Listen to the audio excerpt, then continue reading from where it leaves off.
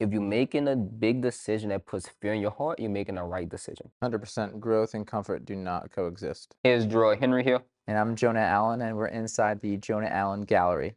and we came together here to give you as much value as possible as a visual artist so you can start learning the tactics and tools to scale your art career as far as you may want.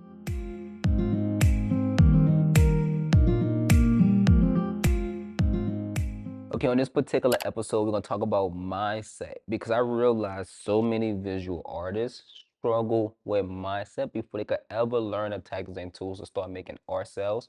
So, with that being said, I have a question for you, Jonah. Being someone who have reached a level of success as a visual artist, what would you say is the number one trait or characteristic mindset wise that help you get there? It's hard to answer one thing. There's a lot of things, but I think if I had to pinpoint it to one thing, it would have to be clarity of what you want, of Hmm. beginning with the end in mind and kind of working backwards.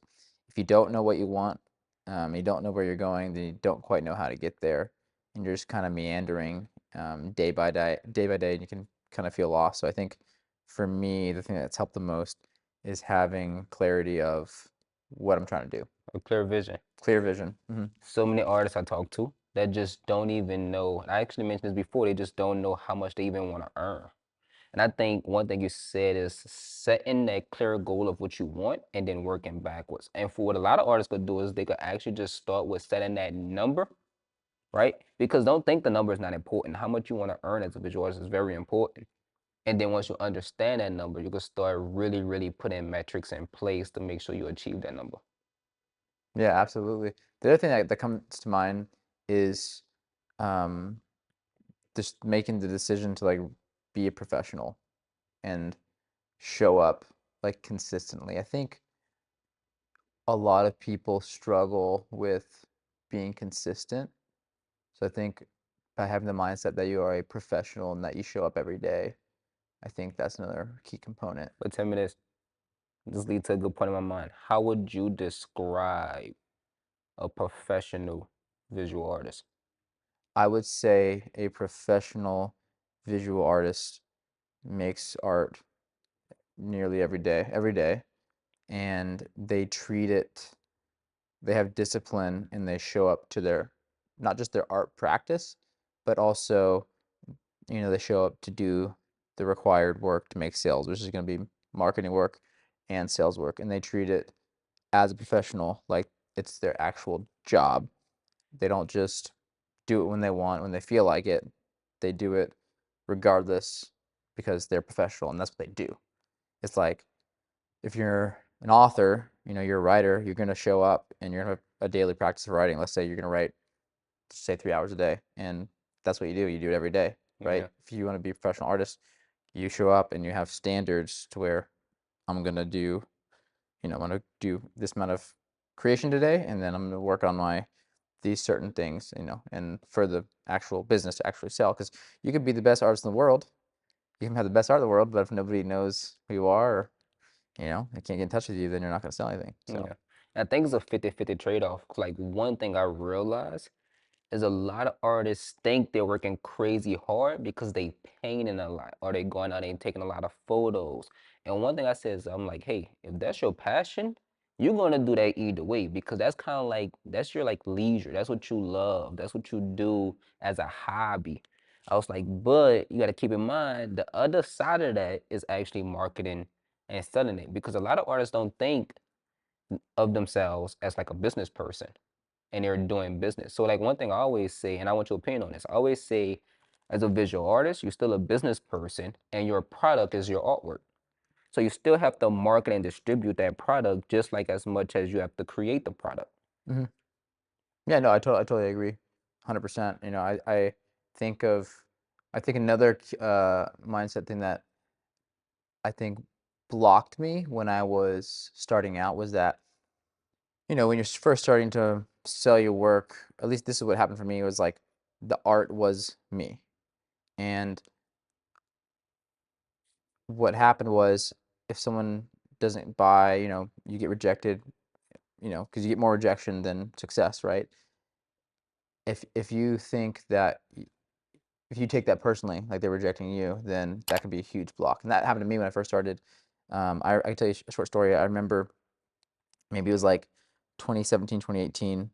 I had a pending sale, and it was a big sale at the time. I don't remember what the amount was, but it was like really awesome. It was Roughly how much? maybe like Everybody gonna want to know. 4,000 like dollars. Yeah. To me, I mean, it was so big at the time, um, and it ended up falling through. And I was like, I'm done. I'm gonna burn everything. Like I'm gonna just destroy my art. I'm done with this because of all the rejection. Yeah. But now I have a totally different mindset. Like, yes, I still think there's you have to treat your art with respect and like have the art has a lot of value and how much energy and effort you put into it, but also what it gives the people. So I definitely look at my art as valuable, and it is valuable, and I know it's valuable, and there's proof that it's valuable from everyone who's collecting my work. Uh, Well, I'm gonna jump in. however, no, say, but however, I am removed from it. So if someone doesn't want it, no worries, all good, or if somebody doesn't like it, it's not for you. You know what I mean? And I don't take that personally. The art is not me; it's just of me. I created it, Yeah. but I don't take that rejection personally. Tell me this. So now, for someone that's been working on themselves a lot, it's easy for a Jonah Allen to say that, right? What about that artist that never saw work before, and because of they never saw work, they're struggling with self-doubt, and they don't Mhm. think they possibly can even sell their work and grow, but they know they make beautiful work. Yeah, I think if you know you make beautiful work, I think, you know, first, you got to be confident about your own work. That's the first step. Is like if you're not confident about it, no one's gonna like it. Like you gotta put like you can't make shitty work. You gotta make your best work that you possibly can. And once you have good work, um, then if you're struggling with the selling of it, it's really just, there's really a couple things. There's, beliefs, and then there's skills, and there's like character traits. So first, in terms of belief, like you have to have the belief that you are going to have buyers, that they will come eventually if you do the right actions consistently over time. Secondly, you just don't have the skill yet of sales. And I remember when I first started, like flashback to like, so I picked up a camera when I was like 12. I'm 31. I don't know how long ago that was. I'm really bad at math. Let's say 19 years. I don't know. Someone correct me on that. But I've been making images for a long time, and I remember in 2017 or 2018 when I first started I put a website up. And I was like, oh, I'm gonna make all this money from this website. Oh my gosh. And it was crickets. I didn't make any sales. And I was like, oh, I gotta get traffic to the website. And then I started getting traffic to the website, right? And I started doing events, started doing pop-up events. And then I started realizing, oh, I'm having all these conversations and I'm getting all this traffic on my website, but I gotta get better at sales now. It's like the first step is traffic, The first step is make good work. Second step is eyeballs or traffic, and the third step is getting better at converting or sales. Sales. And I didn't have the skills. I didn't even have the desire. I hated sales and I hated marketing. It was so uncomfortable because I didn't know what I was doing. But flash, forward, you know, 7, 8 years, and now I'm very, very confident in selling my work. I'm very confident in the value that I deliver to my clients and collectors, because I have a belief in my own work, because I have the discipline and I consistently am pushing myself and trying to make new work. I really believe in my work. And then secondly, I've developed the skills of marketing and sales through all the reps. You just need more reps. That's the key thing I was looking More for. reps. You need a lot of I've had reps. I've had probably tens of thousands, like in the 10,000 plus amount of reps, like conversations with potential buyers. I remember one of my first mentors told me when you get into a sales conversation, you've never really sold before, expect the first 30 conversations to be in a no. Then after the first 30 conversations to be in a no, and you finally get a yes, still after that yes, expect one out of every 15 to be a yes. That means 14 no's for every one yes. until you start really getting good, and then that 15 conversations turn to 3 years. So 15 conversations turn to 4 years. And a lot of people don't understand this, but average sales conversion rate is about 25 to 30%. And people don't know how much that is. That means you're talking to 20 people, and out of 20 people, you get in 4 or 5 of them to buy work. Mm-hmm. And people like that sound good until they think about the reverse, which is that's 15 people telling you no Mm-hmm. for every one person that's going to tell you yes.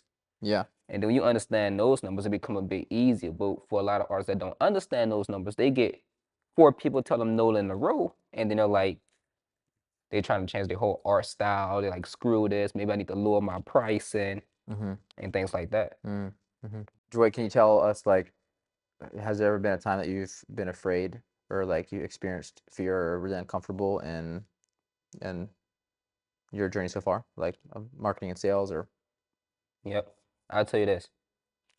I experience fear the absolute most anytime I got to make a financial decision.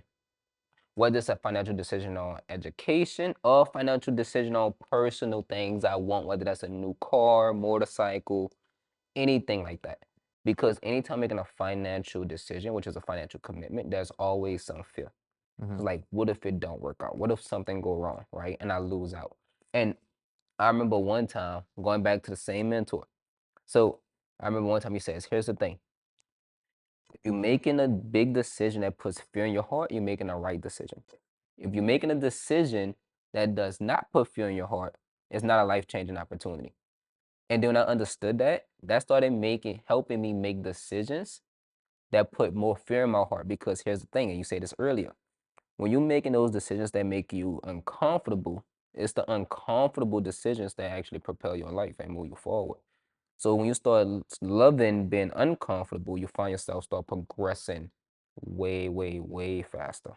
100% growth and comfort do not coexist. Exactly. Always gonna be uncomfortable. I'm uncomfortable all the time on a daily basis. Like I have to I try to get uncomfortable on a daily basis, whether it's in my body through exercise or through um, conversations I'm having.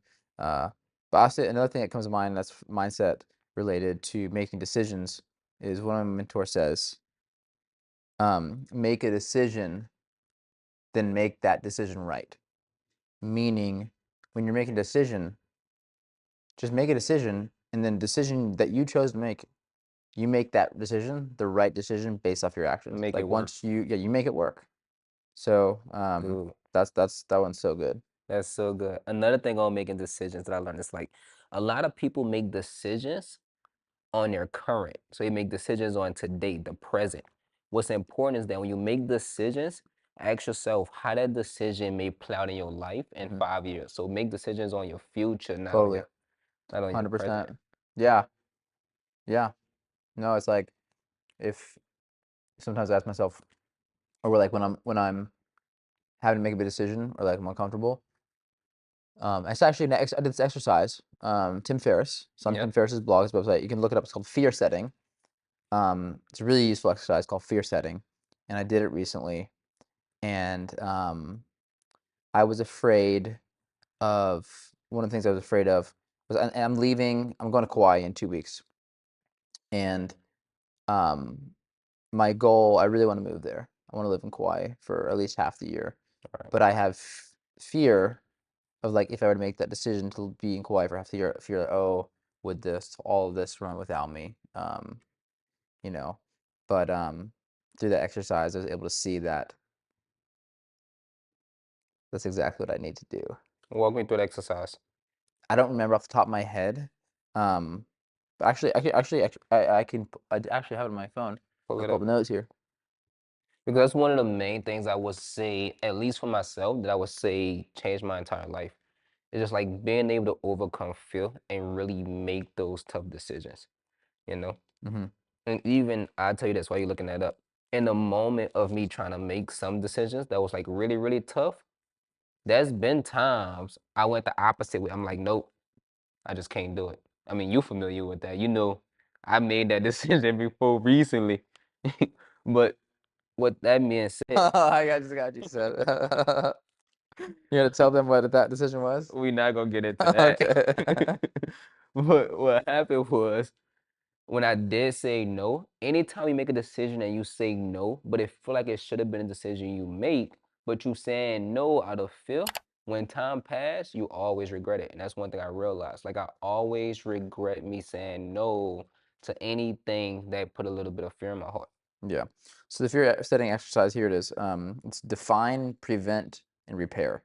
So the first step is like to define your nightmare, the absolute worst that could happen if you did what you're like considering of doing. Like what doubt, fears, and what is pop up as consider, the big changes that you can or need to make.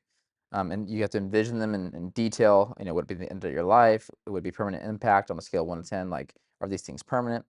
And then the second part is repair. Like, what steps could you take to repair the damage or to get things back on the upswing, even if temporarily? Chances are it's much easier than you imagine. Like, how could you get things back under control if worst case scenario happened?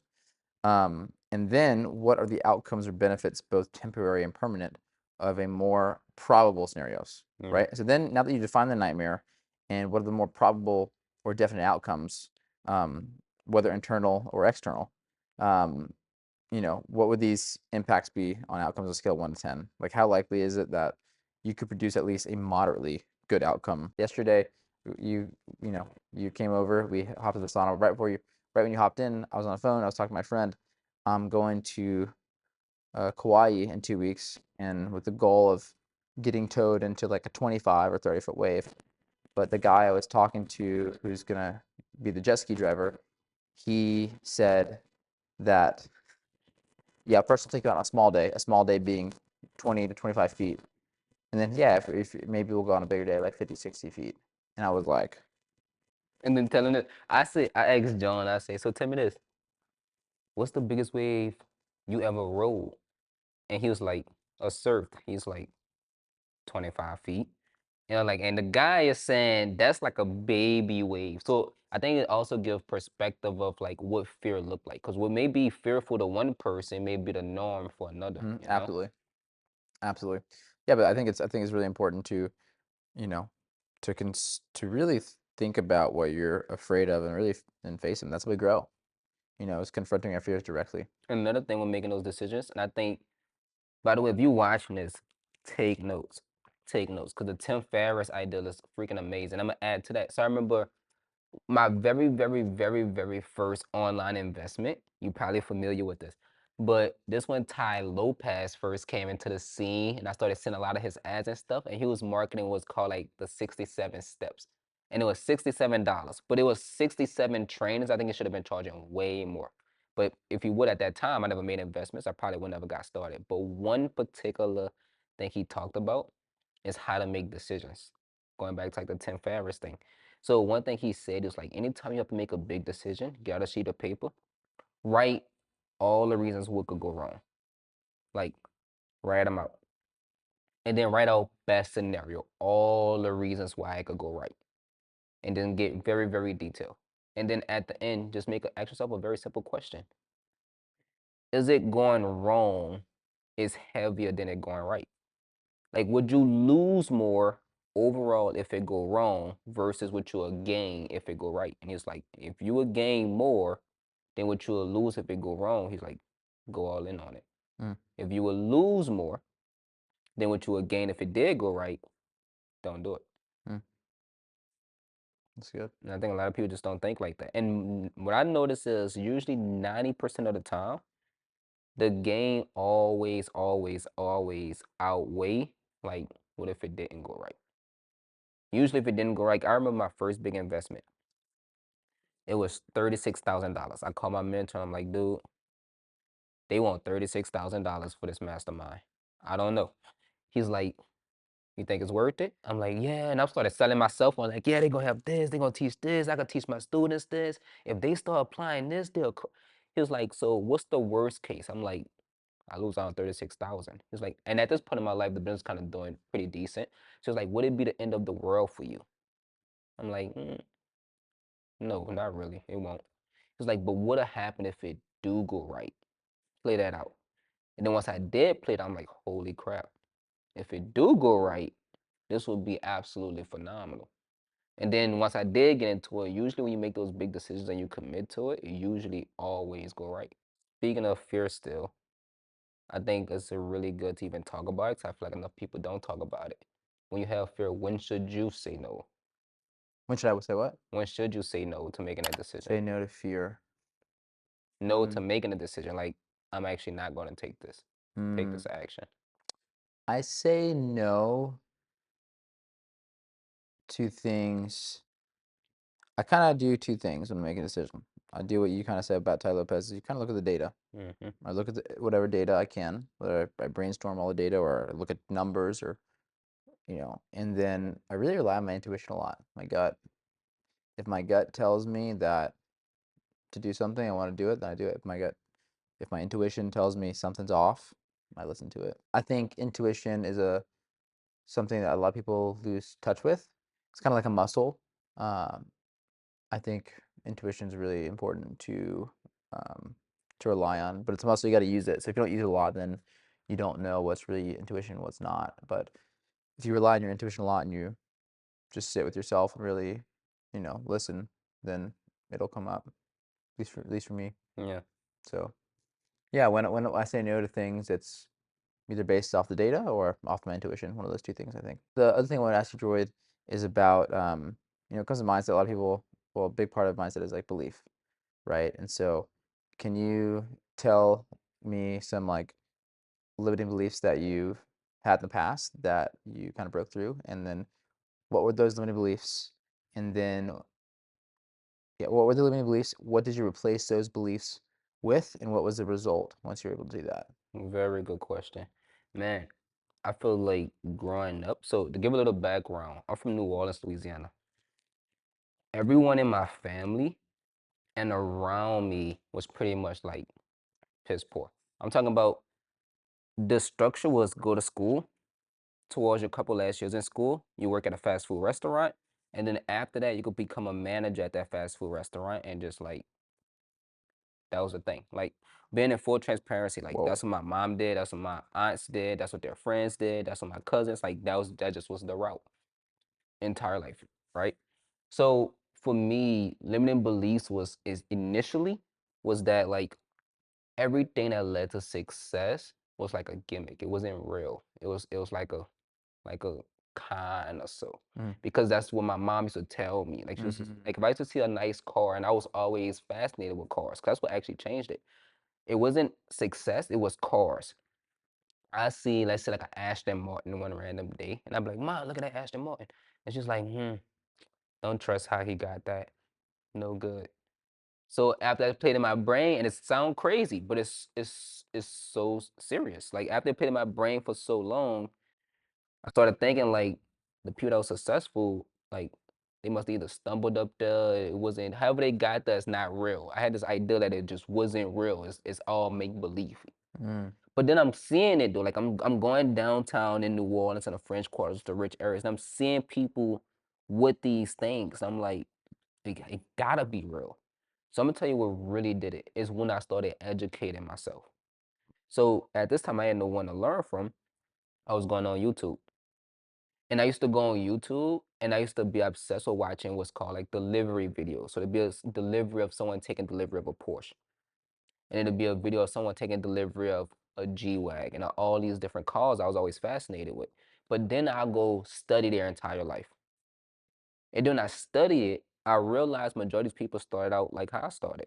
Majority of these people had an entire different mindset and belief system than my family and friends and associates all had. So I was like, wow. And it just clicked. I realized if I start studying these people mindset, then most likely, and this was just a thought, I was just hoping this was the case, which was most likely I could become successful if I just follow those same things. Two follow-up questions. You grew up very poor, very limiting beliefs from your family. Who was the first person that you saw in real life that made an impact on you, that exposed you to a different way of thinking and a different way of being? Second follow-up question is about, we're the average of the five people we surround ourselves with. Let's start the first one because I'm gonna forget the Okay. second. Okay, I'll, All right, don't. another story. At this time, I want to say like I'm fresh, like very fresh out of high school, right before I'm about to go to college, if I'm not mistaken. Probably was like right after I left. But I was dating this particular girl at the time. One day, still no money, no nothing. She had a car. She had a Nissan Sentra, something like that. But we riding up the street. I'm in the passenger seat. And then we passed this like little strip mall, and I see a Lamborghini parked inside the strip mall. I'm like, and where I'm from, you never see luxury cars ever, never. Like maybe once in 3 months.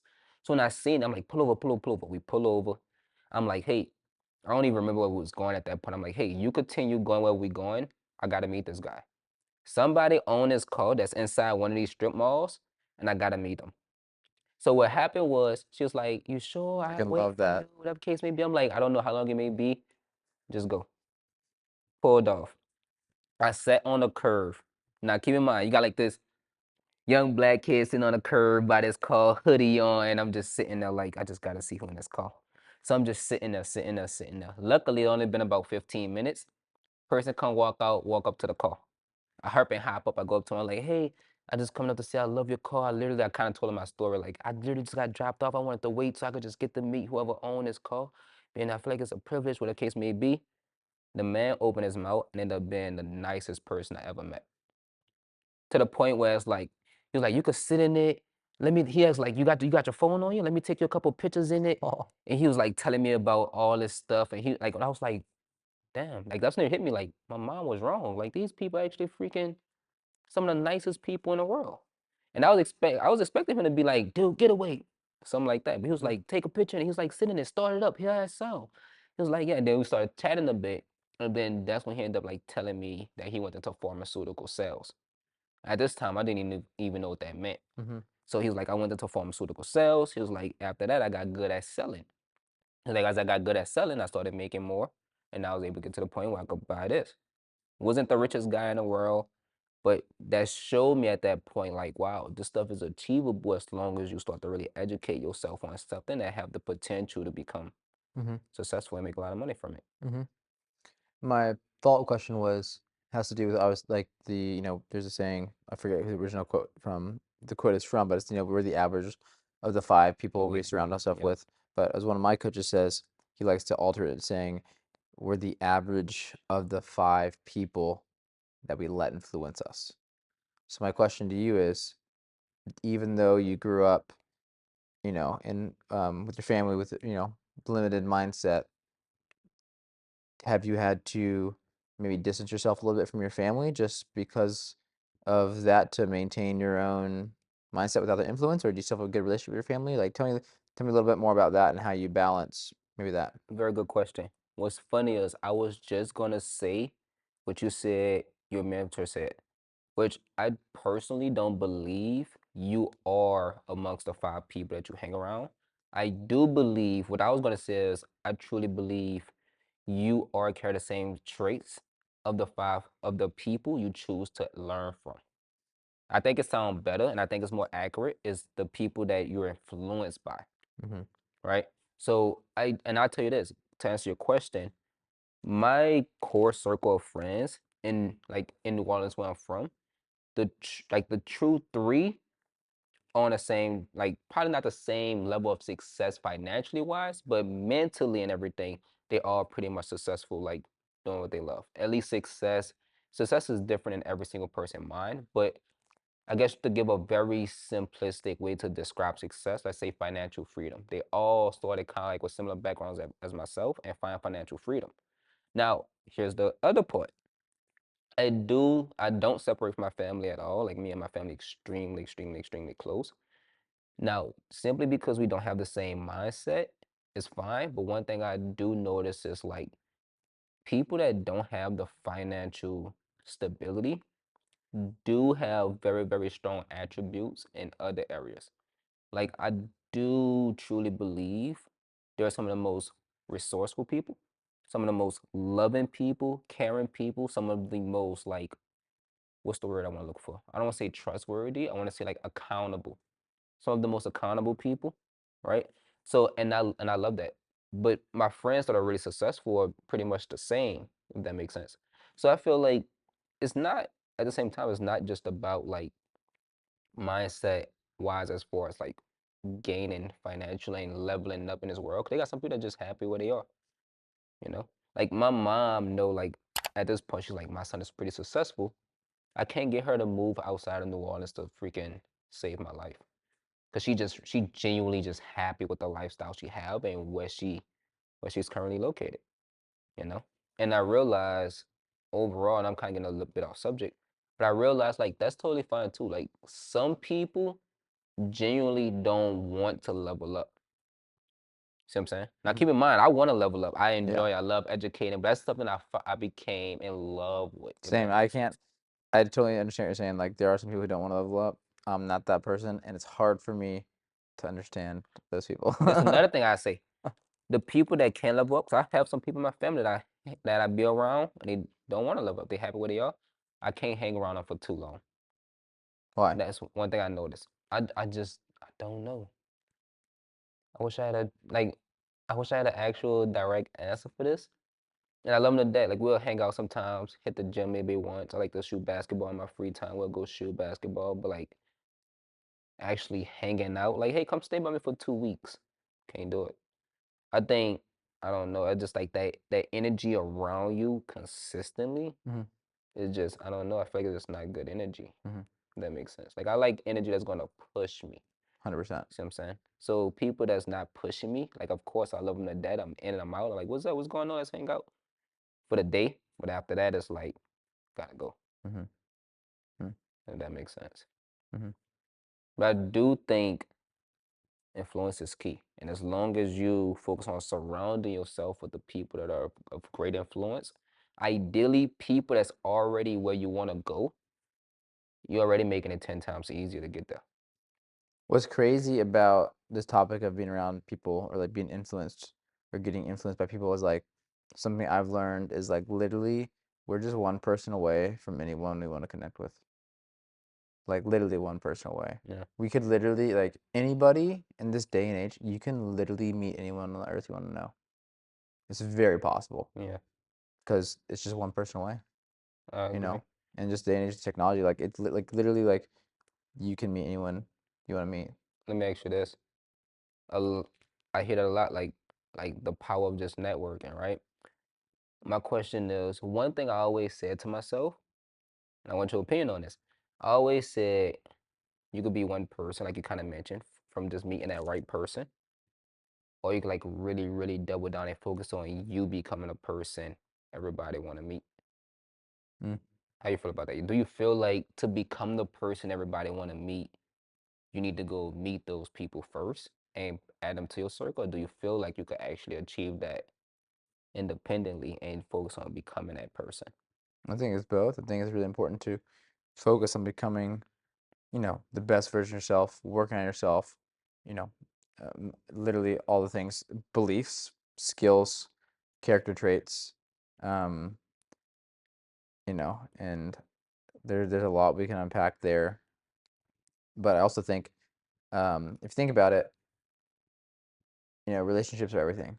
Like like I was listening to something the other day, and someone was talking about like there's never been a transaction in the history of the world that didn't involve a relationship. It's every transaction is a relationship. Like there was two people involved.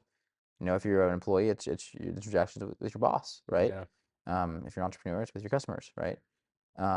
So I think relationships are everything. So I think it's kind of a combination of both.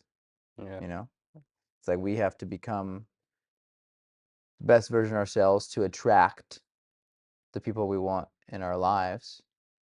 But at the same time, if you're not getting out there too, then you just have less chances of meeting people you want to meet, and if you're not taking action. And when it And so you got to take action on yourself, and you got to take action to get out there and to be vulnerable. And like one of my favorite quotes is like, "You miss 100% of the shots you don't take." Like exactly, literally, like what's the worst thing? You reach out to someone, they don't answer, or they say no. You know, exactly. So tell me this. Let's talk about like for that person that's kind of just starting and they an want to artist be just successful. starting. Yep, artists just starting and they want to be successful. What would you say like three core traits they need to be focusing on? At least focus on like adapting or adapting now. you got to define what your own definition of success is. Everyone has their own definition of Right. success. My definition of success has changed drastically over time. And as you get more successful, you create a bigger, you dream bigger, you know. Let's say this. But I know what it is. The first thing I think of a character trait is consistency, of being consistent. We were kind of touched on this with daily action.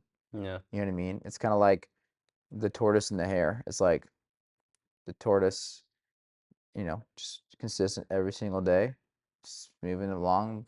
The hare runs when it feels like, and who ends up winning the race? The tortoise, right? So it's just consistency. There's a book called The Slight Edge that had a big, profound impact on me, which is just basically says that, um, you know, our actions compound over time, either exponentially positively or exponentially negatively. Yeah. So at any time we can hop on the slight edge and make decisions that are going to compound positively. And it's just simple daily disciplines. They're easy to do. They're also easy not to do. Let me But ask you this before you get to the other steps and everything. yeah, If I forget. it's consistency. So first one is consistency. Now, on actions that you're talking about, do you feel that if you're not moving forward, you're moving backwards? Or do you feel like that's actually a neutral state? No, I think if you're not growing, you're either spiraling upward or you're spiraling downward. I agree. I agree. I think a lot of people be like, "Oh, I'm not gonna take action right now. Wait," and I'm like, "Hey, if you're not taking action, you still taking action. You're just taking action in the wrong direction." Yeah, depending on what your goals are. Yeah. Right. Um, yeah, you're either spiraling upward or spiraling downward, and that's literally the book. That is the concept of the slight edge. You're either, growing exponentially upward or exponentially downward. And the thing is you don't see it because it's delayed. It's like the example he uses in the book is like, all right, you decide to eat something from McDonald's, fast food every day, right? Day one, eat it. Your body doesn't change at all. You have no idea, right? 3 days in, you might be a little bloated, still can't see anything. 3 months later, your body's gonna look different. Crazy different. 3 years, you're gonna be, yeah, totally looking different. The same thing is true, but the converse of the Yeah. exponential growth. So yeah, I think consistency leads to compounded growth, either positive or negative. What about number two? So I don't know what number two is. The first thing that came to mind was consistency. Second thing is an artist wants to be successful. I already kind of said it. I would just say they have to be like clear in their vision, right? So I think that's really number one is clear in their vision. That's really mindset, but you're asking character traits. Yeah. Character trait is when one is consistency, having a mindset or maybe a character trait of always learning and always open. Like we can learn, we learn every day. We have opportunities to um, learn literally every single day. And learning is, Alex Mosey says, learning is making a different decision in the same circumstance. Hmm. You know, um, I literally just heard him say that today watching a video. Make a different yeah. decision in the same circumstance. Now I'm gonna add to commitment as well. I I genuinely think commitment is like first. I Mhm. think so many artists are just not committed to what they really, really want. And that's what this what I'm gonna tell you the quote that I learned from this the quote actually changed my life. I'm gonna tell you the backstory first. So like I think a lot of artists they're like, hey, I want to be successful, right? And then they'll think about what success look like. If I like say, hey, what does that look like? Oh, I want to create art full time, selling my artwork for this much, right? And I was like, that's what you want. But now think about the action steps that needs to happen to achieve that. So don't think about the goal. Like I get an example. Let's say an artist want to make 10,000 per month. Don't say I want to make 10,000 per month. Say I want and replace 10,000 per month with the action that's required to make 10,000 per month. So they'd be like this. Instead of saying I want 10,000 per month, you're saying I want to be getting to 15 conversations per day. I want to be focusing on growing my social media presence and getting in front of the right buyers. I want to be producing artwork very consistently and making sure it's the best and most beautiful work that I ever produced so I can have that high perceived value of my work.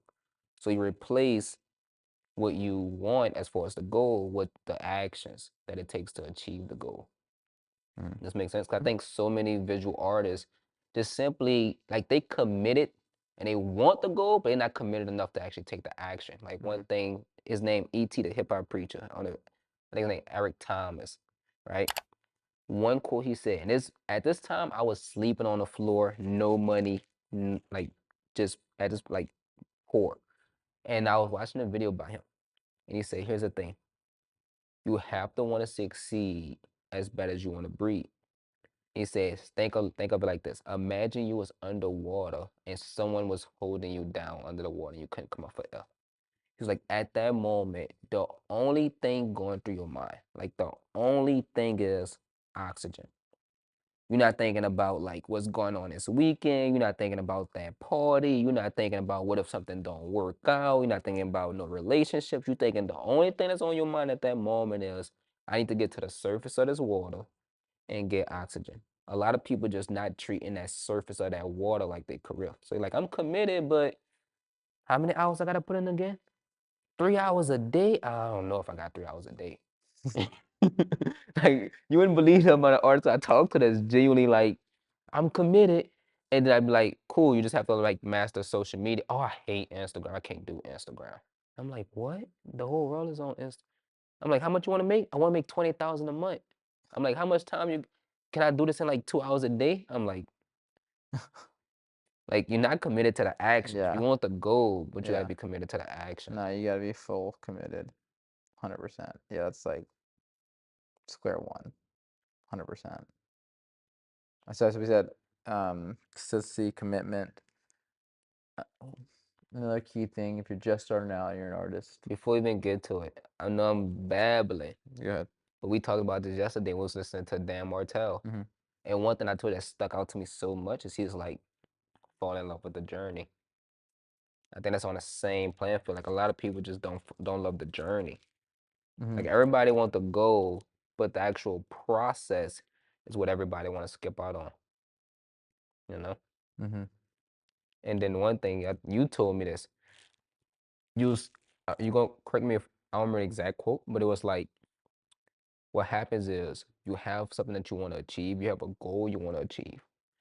Now this probably was from Dan Martell, but it's like once you achieve it, that become the new standard and it's not as impressive anymore. Like you might have something that you want, which is let's say 10,000 per month. And when you first started selling, every artist's dream is 10,000 per month. Right. Once you start doing 10,000 per month, it's not that impressive anymore. Now it's kind of like the new standard, you know? You know what I just thought of? That'd be crazy to see and read right now. I just thought of something haven't thought of in years. When I first joined the Artist Rise program, you had people create their dream income. I don't remember what I wrote. I know yours. I can tell you right What now. was it? You wouldn't believe it if I told you. What is it? In 2022, it was a bit lengthy, but I remember the goal because I read every single artist that come into the training. Yeah, I yeah, yeah. read what they want to achieve. Yeah. There was a picture of you sitting like this. You was talking about yourselves, and you said, "My goal is to get to 720,000 in a year, which is 60,000 per month as a visual artist selling my artwork." And Wow. then you didn't have a gallery at this time, and No, then you said, "And to eventually have my own gallery." I can pull it up. that's crazy. Uh, Is that like um, literally? I didn't even know what it was, but I if did you pull it that. up, is that pull I it up did that, if you still and have it. that is the testament to writing things down. And also, this gets to manifestation, which is, I'm gonna pull it up. So So you And know, this, the reason why I say it's so crazy is because guess what? That was like mid 2022, wow, and then you 2023. I did and that. then 2023 Yeah, you did 700,000 in art sales yeah, and you had the gallery. yeah. Which goes back to kind of tying everything we talked about, which is basically like I quote unquote manifested that, right? Which is I wrote it on paper. I was clear my vision, And you right? had the belief. I had the belief that I could do it, and I was committed to the action.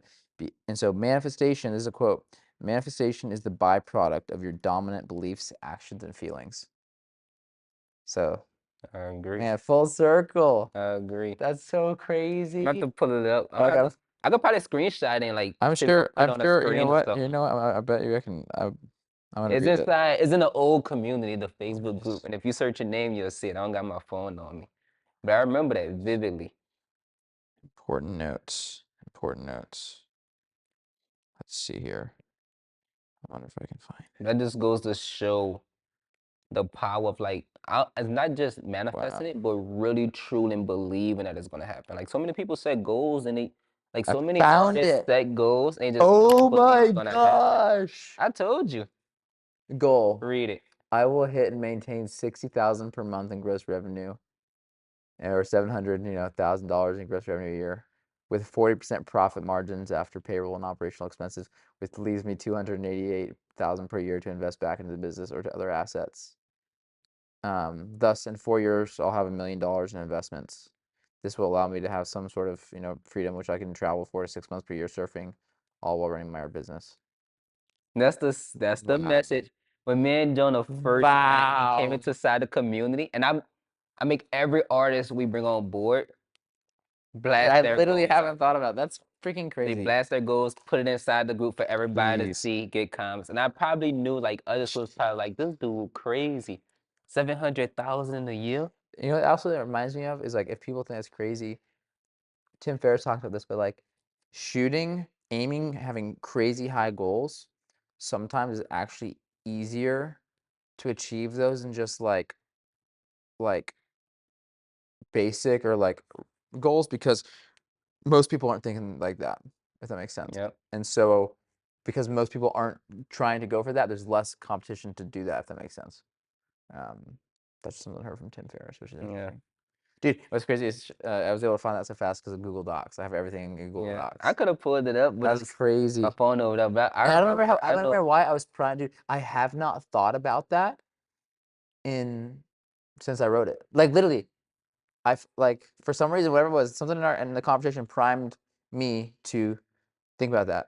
Yeah. Just so crazy. Which actually, this all goes back to what we did yesterday, which is we did an exercise about goal setting. But a lot of times people get the process for goal setting that we went through yesterday is really like in depth, which basically in a nutshell, I'll describe it for people, which is first is you got to give yourself permission Mm-hmm. to dream really, really big. You don't focus on the how you're gonna do it.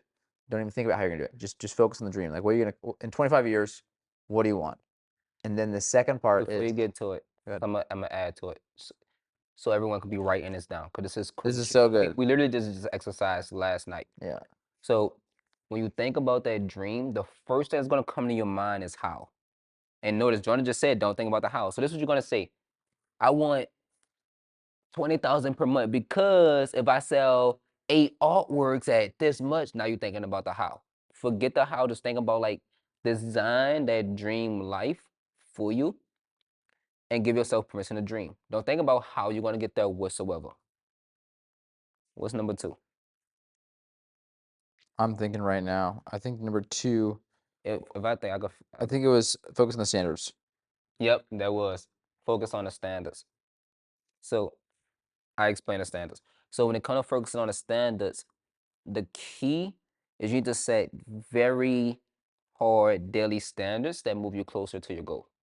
Like, what are the bare standards that's going to get you there? So, for example, if you got a goal of 10,000 per month, what is a daily standard? That's one thing I like that Jonah says is he call it the non-negotiables. Daily standards that's absolutely non-negotiable, right? This non-negotiable could be every single day I'm gonna reach out to 5 people and try to get into conversation with them. So I have daily non-negotiables. I actually have a spreadsheet, which happy if you want the link to the spreadsheet. We'll have we can put the link in the description In the to the description. spreadsheet. Just make a copy of it. But I track it every day. I'm starting to. First non-negotiable is just staying to my meal plan. So I'm really into my fitness, and so I stayed my meal plan. I stopped eating 2 hours before bed. I don't have a blue light or like foam an hour before bed. Try to wake up by 6:30 a.m. I gotta sleep 8+ hours. Um, and then wait, I'm missing some of my Jonah Allen team. I'm missing some here. But I post on social media 3 times a day, like stories. I have at least 3 stories, one carousel um, or reel. I meditate 10 minutes a day, and I got a lot of them. But I think it's important for people if you're just starting out, just have like 5 daily Yeah, non-negotiables. yeah. But um, Yeah, I think having and I always have to have at least a minimum amount of 5 conversations with phone calls with potential people, potential sales. I think that's a really, really important one. Mm. Hitting the gym, and then this is where I was getting to, is really important, is review your vision 3 times a day. Yep, And that's your key. vision is, the vision of your life that you want, the clarity, but you make a vision board.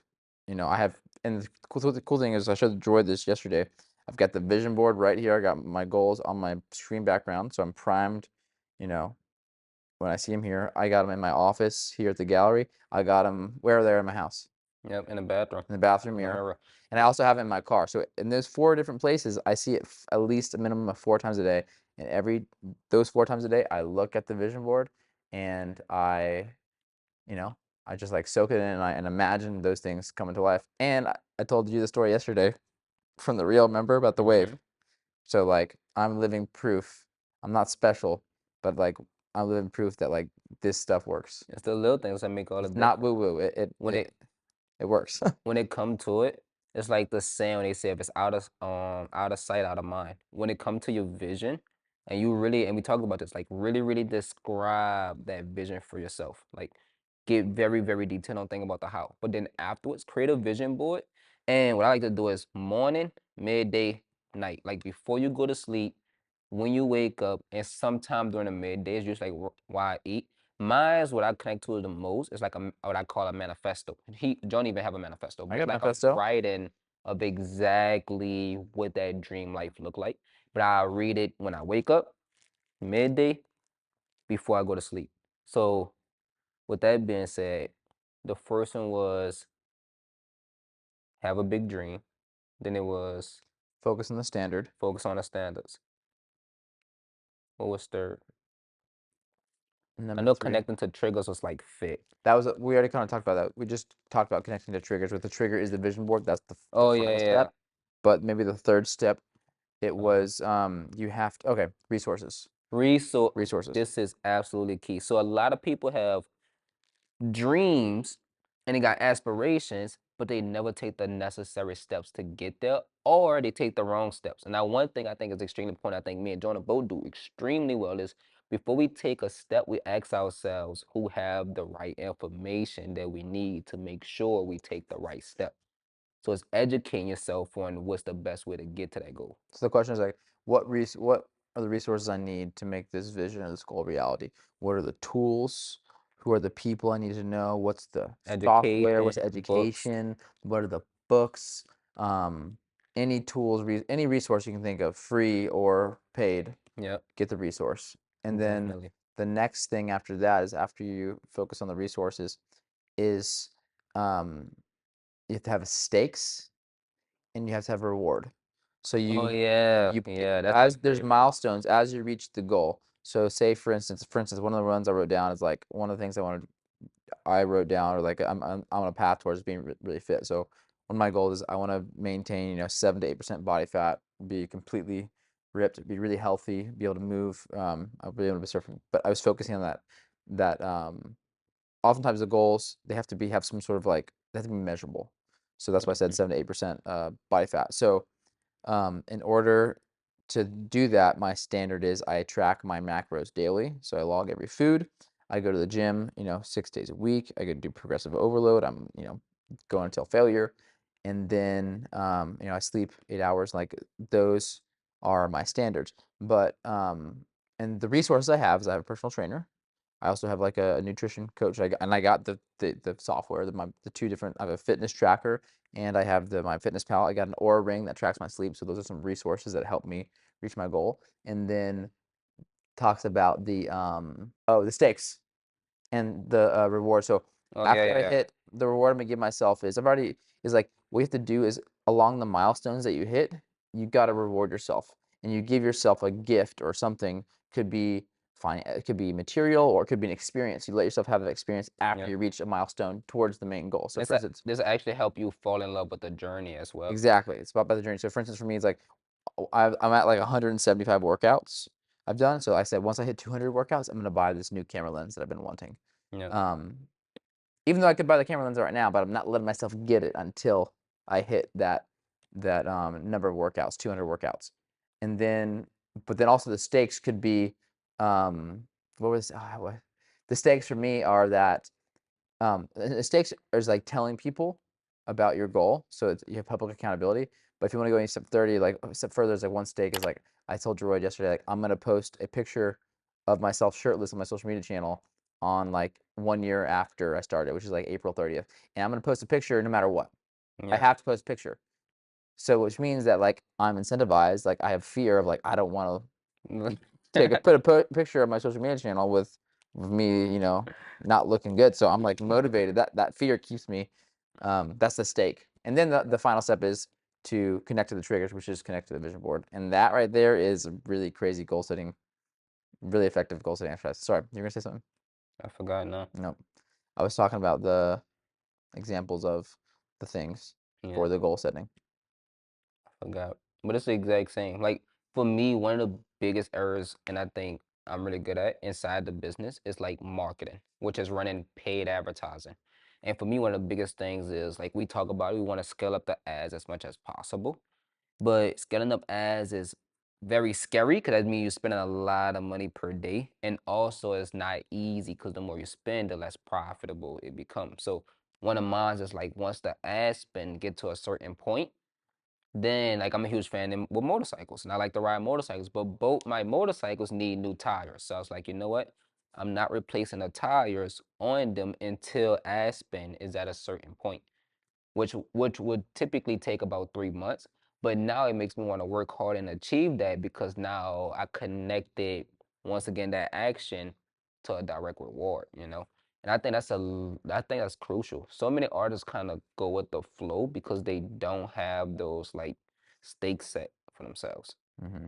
But with that being said, if you're a visual artist and like you really genuinely want to take your art career to the next level, start with mindset.